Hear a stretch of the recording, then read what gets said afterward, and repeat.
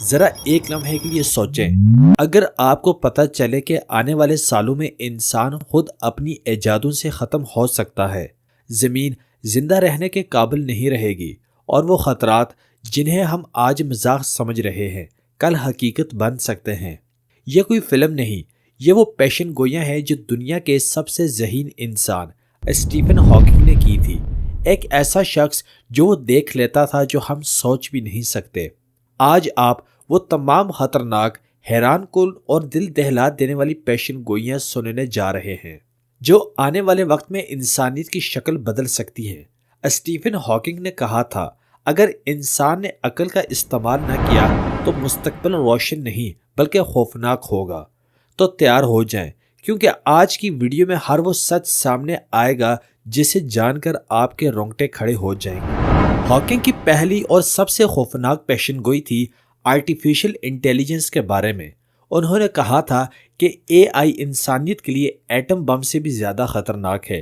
مشینیں خود فیصلہ کرنے لگیں گی، خود سیکھیں گی، اور ایک وقت ایسا آئے گا جب انسان ان پر قابو نہیں رکھ سکے گا، اور جب کسی چیز پر انسان کا کنٹرول ختم ہو جائے تو وہ چیز انسان کی تباہی بن جاتی ہے۔ آج اے آئی خود تصویر بناتی ہے، لکھتی ہے، سوچتی ہے اور فیصلہ بھی کرتی ہے۔ آنے والا وقت شاید انسان کا نہیں مشینوں کا ہوگا، اور جیسے ہی ہم اے آئی کے ممکنہ خطرات پر غور کرتے ہیں، ہمارے ذہن میں قدرتی ماحول کے بڑھتے خطرات بھی ابھر کر سامنے آتے ہیں، جیسے یہ کہ زمین کا درجہ حرارت دن بدن بڑھ رہا ہے اور قدرتی آفات انسانیت کی بقا پر اثر ڈال رہی ہیں، جو ہمیں فوراً اگلے خطرے کی یاد دلاتی ہیں۔ زمین اب ہمیشہ انسان کو برداشت نہیں کرے گی۔ اگر انسان نے ماحول کو بچانے کے لیے قدم نہ اٹھائے تو آنے والے 100 سے 200 سال میں زمین وینس کی طرح جلتا ہوا سیارہ بن سکتی ہے۔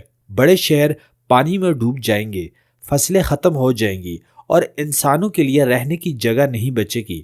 اور جیسے ہی ہم اس ماحولیاتی بحران کے اثرات پر غور کریں گے تو ایک اور غیر متوقع خطرہ ہمارے سامنے آئے گا، خلائی زندگی، جو شاید ہماری زمین سے بھی زیادہ طاقتور ہو اور ہماری موجودگی کا اندازہ لگا کر غیر متوقع رد عمل دے سکتی ہے۔ اگر انسان نے خلا میں سگنل بھیجنے بند نہ کیے تو کوئی طاقتور خلائی نسل ہمیں تلاش کر لے گی، اور وہ ایسا ہی کرے گی جیسے طاقتور لوگ ہمیشہ کمزوروں کے ساتھ کرتے آئے ہیں: قبضہ، تباہی اور بربادی۔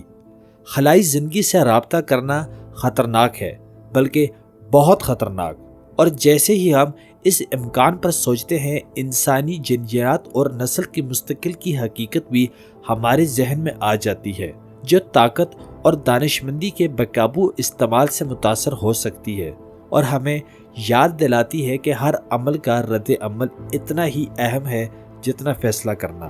انسان مستقبل میں اپنے بچوں کو اپنی مرضی کے مطابق ڈیزائن کرے گا، سپر ہیومن، مگر اس سے دنیا دو حصوں میں تقسیم ہو جائے گی: طاقتور اور کمزور۔ طاقتور لوگ کمزوروں کو دبا دیں گے، اور دنیا میں ایک نئی خوفناک نابرابری جنم لے گی۔ اور جیسے ہی ہم انسانی تقسیم اور طاقت کے اثرات پر غور کریں گے، ہمیں یہ بھی احساس ہوتا ہے کہ انسان نے جو ہتھیار بنائے ہیں وہ بھی اس حد تک تباہ کن ہو سکتے ہیں، جو عالمی تنازعات اور ایٹمی خطرات کو جنم دے سکتے ہیں، اور ہمیں یہ سوچنے پر مجبور کر دیتا ہے کہ انسانی ذہانت کبھی کبھی سب سے بڑا خطرہ بن جاتی ہے۔ انسان نے جو ہتھیار بنائے ہیں وہ اتنے خطرناک ہیں کہ چند منٹ میں پوری دنیا کو تباہ کر سکتے ہیں۔